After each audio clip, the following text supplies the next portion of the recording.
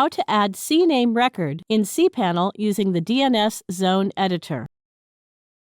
A canonical name or CNAME record is a type of DNS record. It maps an alias name to a true or canonical domain name. For instance, a CNAME record can map the web address www.example.com to the actual website for the domain example.com. Log into your cPanel account and you will be on this page. Go to the Domains section and click the Zone Editor. Suppose we want to add a CNAME record for domain example.com, then click the plus CNAME record button in front of the domain example.com.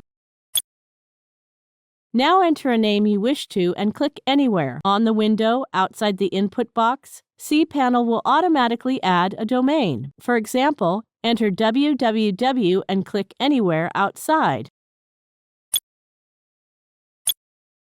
Now enter CNAME. Now click on the Add a CNAME Record button.